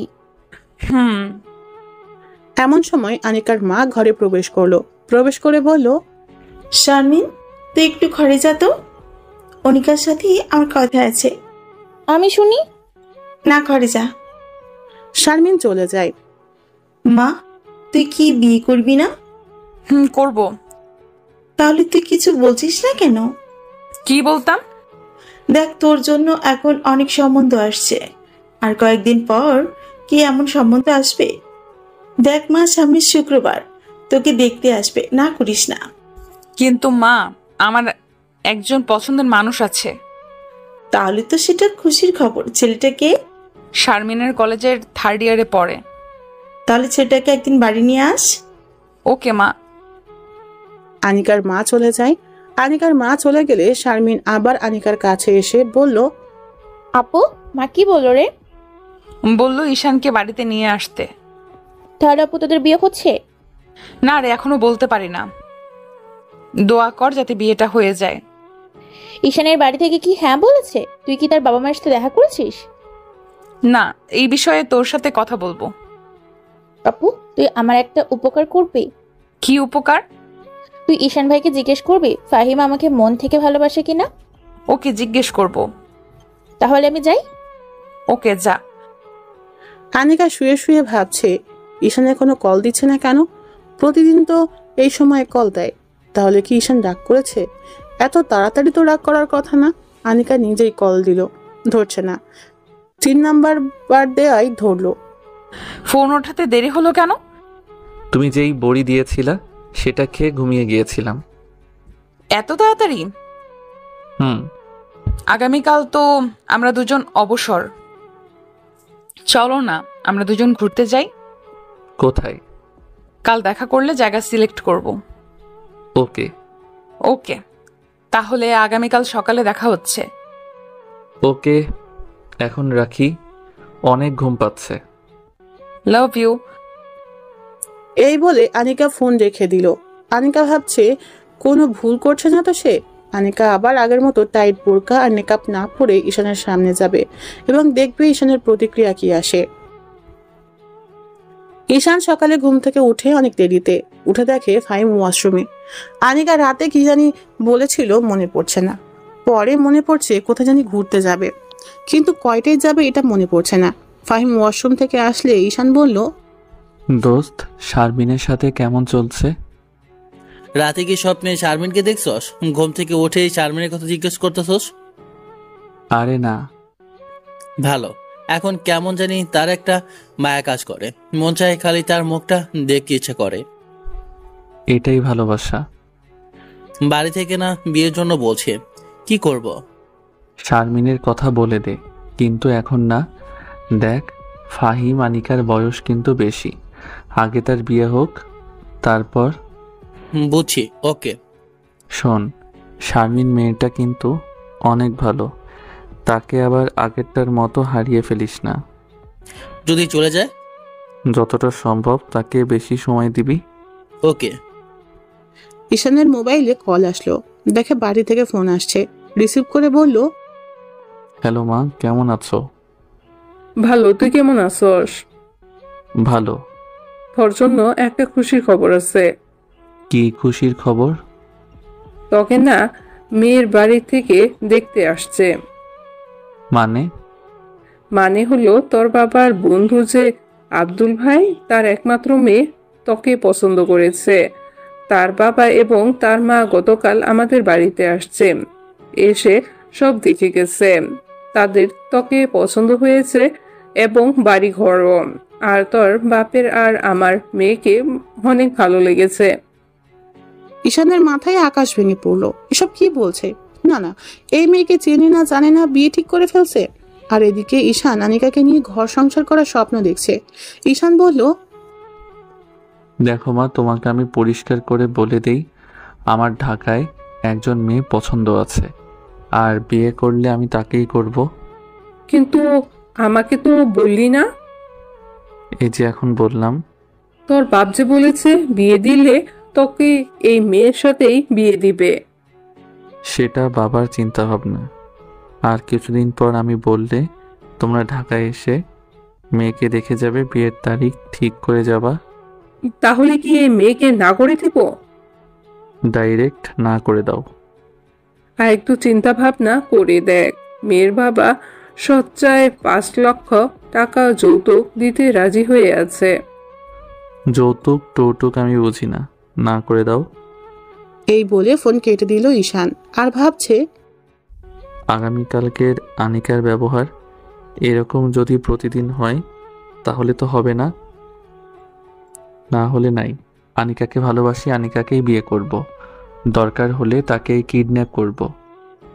ঈশানের এরকম রাগি রাগি দেখে ফাহিম বলল, দোষ, কি হয়েছে? কোনো সমস্যা? না রে, বাড়ি থেকে আমার জন্য মেয়ে রেডি করে রাখছে, তাই আমি না করলাম। আনিকাকে যদি তোর বাড়ির থেকে পছন্দ না করে? সেটা সমস্যা নাই, বিয়ে করব আমি, ঘর সংসার করব আমি। মা বাবার পছন্দ না হলে আমি কি করব? ওকে দোস্ত। এমন সময় ফাহিমের মোবাইলে কে যেন কল দিল। ফাহিম কথা বলার জন্য বেলকনিতে যায়। ঈশান আনিকাকে কল দিল। আনিকা কল রিসিভ করতেই ঈশান বলল, কি করো? আজকে না ঘুরতে যাব, রেডি হচ্ছি। কোথায় আসবো? আরে তোমার বাসার চৌরাস্তার মোড়ে যে রেস্টুরেন্ট আছে সেইখানে আসো। ওকে। তাড়াতাড়ি এসো। ওকে। ঈশান ফোন রেখে রেডি হতে গেল। রেস্টুরেন্টে গিয়ে দেখে আনিকা এসে বসে আছে। আনিকাকে দেখে ঈশানের মেজাজ পুরো গরম হয়ে যায়। মুখে নাই নিকাব, টাইট বোরকা। ঈশান টেবিলে বসলো। ঈশান এবার রাগ কন্ট্রোল করতে না পেরে বলল, এসবের মানে কি আনিকা? কি ঈশান, তুমি বুঝো না? সত্যি আমি বুঝতে পারছি না, তুমি রেগে যাচ্ছ কেন? তোমাকে না বললাম নেকআপ পরতে ও লুজ বোরকা পরতে। ড্রাইভারকে তো চেঞ্জ করছোই না। দেখো, তোমাকে ভোগ করার ইচ্ছা থাকলে তোমাকে কবেই ভোগ করে ফেলতাম। আমি চাই তোমাকে সারা জীবন আগলে রাখতে। তুমি এসব কি বলছো? তুমি কি কিছু বুঝো না? আমার এরকম ভাবে পড়তে ভালো লাগে। আর ড্রাইভারকে আমি বাদ দিতে পারবো না, কারণ ড্রাইভার অনেক আগে থেকে ড্রাইভারই করে। আমি আনিকার মুখ থেকে এরকম কথা শুনে অবাক হয়ে গেলাম। আনিকার চেহারায় কোনো ভাবান্তর নেই। মনে হচ্ছে আমি এরকম করব সেই জন্য প্রস্তুতি নিয়ে এসেছে। আমি আমার প্রিয় মানুষটা চাই না বেপরদায় থাকুক। আচ্ছা, তুমি কি আমাকে ভালোবাসো? তাহলে আমার কথা মতো চলতে তোমার সমস্যা কি? দেখো, আমরা দুজন দুজনকে কিস করছি। আনিকা কিছু বলছে না। ঈশান মনে মনে চাইছে আনিকা তার কাছে মাফ চাক, কিন্তু আনিকা কিছু বলছে না। ঈশান আবার বলল, তাহলে তুমি থাকো তোমার মতো আর আমি থাকি আমার মতো, এখানে শেষ। এই বলে ঈশান চলে আসলো। আনিকা পিছন থেকে একটা ডাকও দিল না। ঈশান ভাবছে, তাহলে কি এতদিন এত সব লোক দেখানো ছিল, কিন্তু আমাকে যে কিস করলো? আমি আনিকার কাজ কারবার কিছুই বুঝলাম না, কিন্তু সব তো শেষ। এখন কি করব আমি? তাকে ছাড়া থাকবো কিভাবে? আমি এটা কি করলাম? না না, ঠিকই আছে। আমার কথা মতো না চললে এরকমই হবে। ধুর, কি করব? মাপ চাইবো গিয়ে? না, মাপ চাইবো না, হার মানবো না। সে কি আমাকে ভালোবাসে না? তাহলে এতদিন এসব কি ছিল? আমার অবাক লাগছে। এতদিন তো যেভাবে চলছে মনে হয়েছে সে আমাকে ছাড়া বাঁচবে না।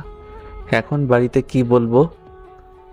এসব ভাবতে ভাবতে বাসায় চলে আসে। অনেক কষ্টে দিনটা কাটলো। সারাদিনে আনিকা কল দিল না। ঈশান আনিকার কলের অপেক্ষায় বসে আছে। সে কল দিয়ে মাফ চাইলেও তো হয়ে যায়। এভাবে একটা সপ্তাহ চলে যায়। ঈশা কিছুই বুঝতে পারছে না। একটা সপ্তাহ কিভাবে যে গেল সেটা একমাত্র আল্লাহ জানে। ঈশান আর আনিকাকে ছাড়া থাকতে পারছে না। তাই ঠিক করলো আনিকার চেম্বারে গিয়ে নিজেই মাফ চাইবে। সেদিন ছিল শনিবার। ঈশান বিকালের দিকে কোচিং করিয়ে আনিকার চেম্বারের উদ্দেশ্যে রওনা দিল। এমন সময় কোথা থেকে জানি এক মেয়ে এসে ঈশানের পথ আটকালো। মেকআপ ঢাকা, মুখ লুজ বোরকা, মনে হচ্ছে পর্দাশীল কোনো মেয়ে। ঈশান বলল, কে আপনি? আমার পথ ছাড়েন। কে আমি? আমি গলার সুর শুনে চিনতে পারলাম আনিকা। তাহলে সে আমার কথা মতো চলছে। যাক, আমি হার মানলাম না, আনিকাই হার মানল। মনে মনে ইয়েস, আমি জিতে গেছি। আনিকার সাথে একটু মজা করা যাক। সরি, কে আপনি? আপনাকে চিনতে পারলাম না। আমি আনিকা। ও ডক্টর, আপনি কেমন আছেন? কি মনে করে? কুত্তার বাচ্চা, তুই জানিস না? কি জানবো? সরি আনিকা, তুমি দেরি করে ফেলেছ। আমার একটা গার্লফ্রেন্ড আছে। আনিকা রেগে গিয়ে আমার শার্টের কালার ধরে বলল, কোনটা তোর গার্লফ্রেন্ড দেখা, তাকে এখানে আন। ঈশান বুঝতে পারলো আনিকা অনেক রেগে গেছে। দূরের একটা মেয়েকে দেখিয়ে দিয়ে বলল, ওইটা আমার মিষ্টি সুইট গার্লফ্রেন্ড। তোর গার্লফ্রেন্ড দেখুক আমি তার বয়ফ্রেন্ডকে কি করি।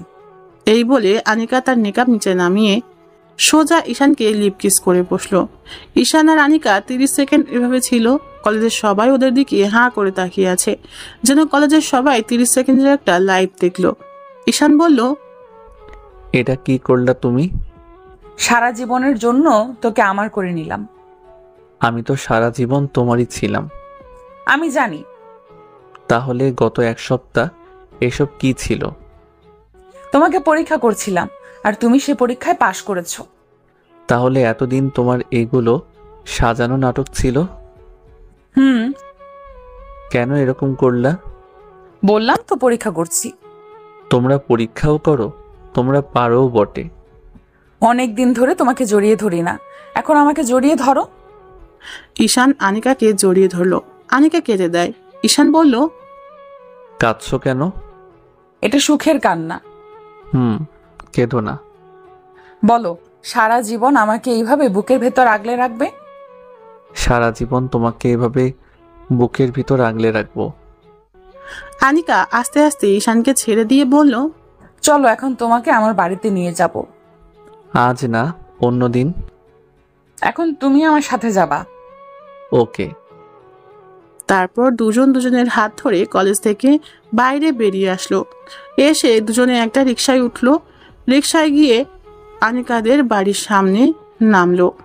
রিকশায় যতক্ষণ ছিল আনিকা ঈশানের হাত শক্ত করে ধরেছিল। আনিকা ঈশানকে বাড়ির ভেতর নিয়ে যায়, নিয়ে ড্রয়িং রুমে বসিয়ে বলল, তুমি বসো। না না, তুমি আমাকে ছেড়ে যেও না। ঈশান, এটা আমাদের বাসা, এখানে ভয় পাওয়ার কি আছে? তবু তুমি আমার সাথে থাকো। ওকে। আনিকা জোরে শারমিন বলে ডাক দিল। শারমিন ঈশানকে নিচে দেখে বলল, ঈশান ভাই, আপনি আপনি আমাদের বাসায়? বিশ্বাসই হচ্ছে না। বিশ্বাস হবেও না। তুই তোর ভাইয়ের সাথে থাক, তোর ভাই ভয় পাচ্ছে। আমি ড্রেস চেঞ্জ করে আসি। ভাই, আপনি না একটা ভীতু। তাহলে ফাহিম হলো ভিতর ডিম? ফাহিমকে বলছেন কেন? সে তো অনেক সাহসী। সাহসী না, পুরাই আস্ত একটা ভীতু। ভালো হচ্ছে না কিন্তু ভাইয়া। ভীতু বললাম আমি আপনাকে, আর আপনি বললেন ফাহিমকে। তাহলে তুমিও ভীতু? না না, তাহলে কে? আপনি ভীতু। আনিকার মা এসে বলল, কে ভীতু? আন্টি ফাহিম। না না, আমি ভীতু। ফাহিম কে? কেউ না। আন্টি আসসালামু আলাইকুম, কেমন আছেন? ওয়ালাইকুম আসসালাম, ভালো। তুমি কেমন আছো বাবা? ভালো। যা তো আনিকাকে বল ঈশানের জন্য খাবার নিয়ে আসতে। শারমিন চলে গেল। আনিকার মা বলল, বাবা শোনো, তোমাকে কিছু কথা বলি। অনিকাকে তুমি কন্ট্রোলে রাখতে পারবা। এই মেয়ে কিন্তু অনেক জেদি। তোমাকে পেয়ে আমরা অনেক খুশি। আনিকাকে অনেক ছেলে দেখতে আসছে, কাউকে সে পছন্দ করেনি, অবশ্যই তোমাকে সে পছন্দ করেছে। তোমাকে পেয়ে আমরা অনেক খুশি। Thank you aunty. এখন বলো, তোমার বাবা মাকে কবে নিয়ে আসবা? আনিকার সাথে কথা বলে নেই। ওকে। তোমার আঙ্কেল বাইরে গেছে। তোমার বাবা কি করে? ছোট একটা জুতার দোকান চালাই। তুমি কি করো? পড়ালেখা। তুমি তাকে এখন বিয়ে করতে চাইছ? সেটা আনিকার উপর নির্ভর করছে। এখন সে যখন বলে, সে যদি এখন করে তাহলে আমার সমস্যা নাই, আর যদি বলে আরো 2 বছর পর, সেটাও সমস্যা নাই। তোমার কথা আমার ভালো লাগলো। Thank you aunty. আনিকা খাবার নিয়ে আসলো। আনিকা নতুন কাপড় পরলো। সে যে কাপড় পরুক না কেন, আনিকাকে অনেক সুন্দরী দেখায়। আনিকা ঈশানের সামনে খাবার দিল। আনিকার মা বলল, তাহলে তারা দুজন সিদ্ধান্ত নেয় কি করবে। ওকে, তুমি যাও। তোমাকে তো দারুণ সুন্দরী দেখাচ্ছে। সত্যি তোমার এই ড্রেসে ভালো লাগছে। তুমি যেই ড্রেস পরো না কেন, সবই আমার কাছে ভালো লাগে। থ্যাঙ্কস বলবো না, শুধু বলবো আমি তোমাকে ভালোবাসি। আমি জানি। এখন বলো, মার সাথে তোমার কি কথা হয়েছে? বলছে তোমাকে এখন বিয়ে করব না, পরে। তুমি কি বলো? সেটা তোমার উপর নির্ভর করছে। দেখো, আমার এখনো কোনো স্থায়ী উপার্জনের পথ নেই। সেটা হতে আরো কমপক্ষে 2 থেকে 3 বছর লাগবে। তুমি যদি চাও তাহলে 3 বছর পরে বিয়ে করতে আমার কোনো অসুবিধা নেই। সেটা এখন তোমার উপর। আনিকা কিছু বলছে না, মনে হচ্ছে ভাবনায় ডুবে আছে। কিছুক্ষণ পর বলল, আচ্ছা শোনো, তুমি আমাকে এই 2 মাসের ভেতরে বিয়ে করবা। কিভাবে করবা জানি না। যদি বাড়ি থেকে রাজি না হয় তাহলে পালিয়ে বিয়ে করবা। সত্যি বলছো? তোমার কোনো কাজ করতে হবে না, তুমি শুধু আমার পাশে থাকবা। ওকে। এখন বলো কবে বাবা মাকে নিয়ে আসবো? আগামী সপ্তাহে নিয়ে আসো। ওকে, দেখা যাক। তাহলে আমি উঠি? আমার রুমটা দেখে যাও। না, আরেকদিন দেখব। না না, এখন চলো। আনিকা ঈশানের হাত ধরে টানতে টানতে নিয়ে গেল তার রুমে। ঈশান আনিকার রুম দেখে অবাক হয়ে যায়। রুমটা কি সুন্দর করে সাজানো, যেন এখানে কোনো রানী থাকে। কিন্তু না, শারমিন এসে সব ফাঁস করে দিল। ভাই, অবাক হবেন না, আপনি আসবেন দেখে আপু রুম পরিষ্কার করেছে। আপু যেভাবে থাকে আপনি দেখলে বমি করে দিবেন। ওয়াক থু বলে দিল এক দৌড়। ঈশান আনিকার দিকে তাকালো, আনিকা ঈশানের দিকে তাকালো। আনিকা বলল, সারাদিন তো কাজে ব্যস্ত থাকি, তাই এত পরিষ্কার করতে পারি না। তুমি যে আমার জন্য এত কষ্ট করে রুম ঠিক করছো, এতেই আমি খুশি। থ্যাঙ্কস। ওকে, তাহলে আমি যাই। আমি হানিকার মার সাথে দেখা করে বাসায় আসলাম। এসে বাড়িতে কল দিলাম। আসসালামু আলাইকুম, কেমন আছো মা? ভালো, তুই কেমন? ভালো। আগামী শুক্রবার তোমরা ঢাকায় আসো। তুই ওই মেয়েকেই বিয়ে করবি? হ্যাঁ। আচ্ছা, আমরা আসবো। ওকে, শুক্রবার দুপুরের দিকে আসবা। আচ্ছা।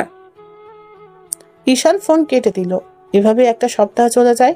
এ সপ্তাহে ঈশানের 3 বছরের ইনকাম হাতে আসলো, দেখে মাত্র 2.5 লাখ। একেবারে হতাশ হলো। ঈশানের মা বাবা, ছোট বোন আসলো, আর এক চাচা চাচি আসছে। ঈশান তাদের আনিকার বাড়িতে নিয়ে আসলো। এতক্ষণ মা আর বাবা ঈশানকে অনেক কথা বলেছে তাদের পছন্দ করা মেয়েকে বিয়ে করতে, কিন্তু কে শোনে কার কথা। আনিকার বাবা মা এসে তাদের ভিতরে নিয়ে যায়। ঈশান তার ছোট বোন সুবর্ণাকে নিয়ে আনিকার রুমে যায়।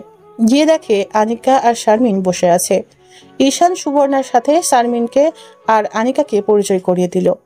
শারমিন আর সুবর্ণা সেম বয়সের। ঈশান বলল, শারমিন, তুমি সুবর্ণাকে বাড়িটা একটু দেখাও।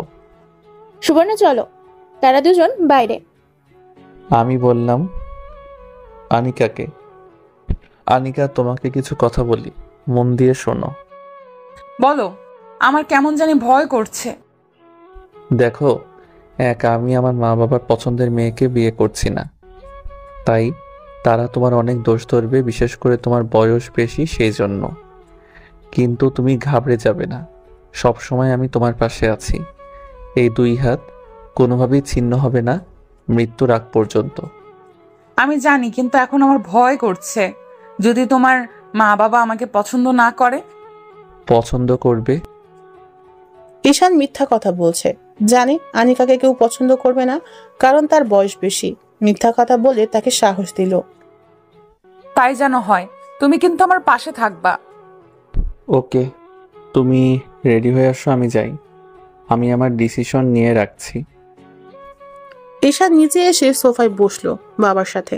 একটু পর আনিকা আসলো। আনিকা এসে সবাইকে শরবত দিল, ঈশানকেও দিল। বাহ, মেয়ে তো দারুণ সুন্দরী। নাম কি তোমার মা? আন্টি আনিকা। তুমি কি করো? আঙ্কেল, আমি ডাক্তারি করি। ভালো। আচ্ছা, তোমার বয়স কত? আমি মনে মনে এই খাইছে। 26। মেয়ের বয়স 26। ঈশানের মা বাবার দুজনের মুখের হাসি উবে গেল, তাদের মুখে ঘৃণা ছড়িয়ে পড়ল। ঈশানের দিকে রাগে লুক নিয়ে তাকালো মা বাবা দুজনেই। ঈশানের মা বলল, ভালো, কিন্তু ঈশানের বয়স তো মাত্র 23। এরকম বয়স্ক মেয়ের সাথে আমার ছেলের বিয়ে দেব না। ঈশানরা তো মেয়েকে পছন্দ করছে।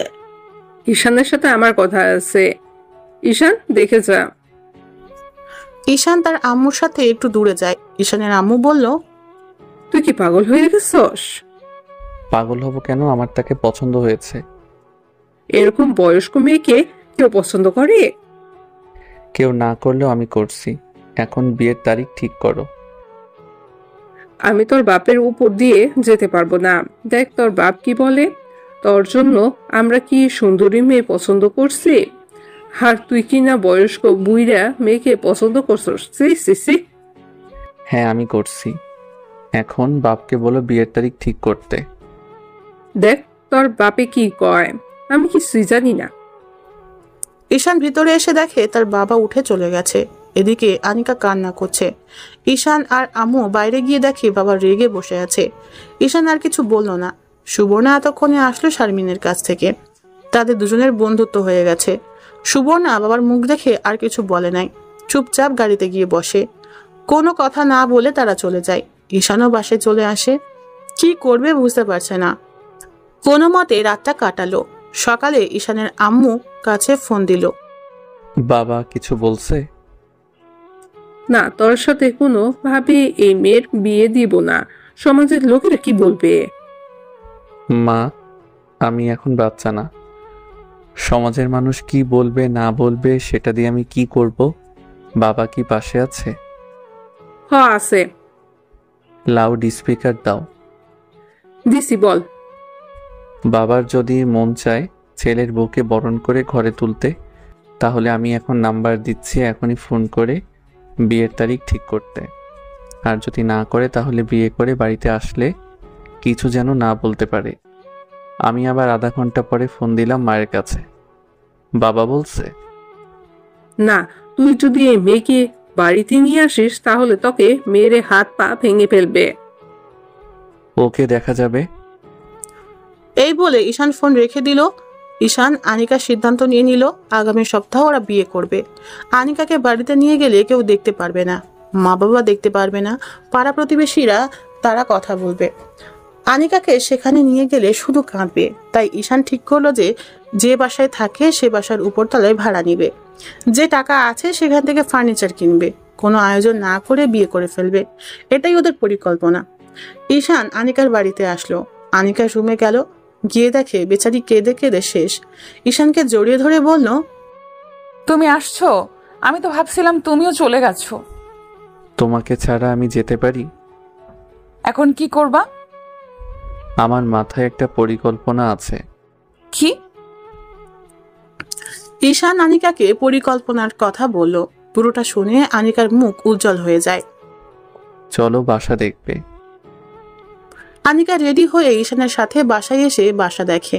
আনিকার পছন্দ হয়েছে। এখন ঈশান আস্তে আস্তে ফার্নিচার উঠাতে থাকে। মোটামুটি একটা সংসারে যা লাগে সব উঠালো। এমনি ভাবে এক সপ্তাহ চলে গেল। দিনটি ছিল শুক্রবার। ঈশান রুম আগে থেকেই সাজিয়ে রেখেছে। ফাহিম আর ঈশান দুপুরের পরে আনিকাদের বাড়ি যায়। ভালোভাবেই বিয়ে সম্পন্ন হয়। আনিকার মা বাবা দুজনেরই কৃতজ্ঞতায় মাথা নুয়ে পড়ে ঈশানের প্রতি। তারা বলে তারা জীবনে ঈশানের মতো ছেলে দেখে নাই। ফাহিমকে সাক্ষী রেখেছে। আনিকাকে শাড়ি পরা অবস্থায় আরো বেশি অপরূপ দেখায়। ঈশান আজ রাতে তার সেই রূপের ভিতর হারিয়ে যাবে। ঈশান আনিকাকে নিয়ে বাসায় আসে। ফাহিম সুন্দর করে বাসর ঘর সাজায়। যেহেতু ঈশানের শরীরের উপর দিয়ে আজ অনেক ধকল গেছে, তাই পুরনো রোগ মাথা ব্যথা করতেছে। আনিকা বাসর ঘরে গিয়ে বসে আছে।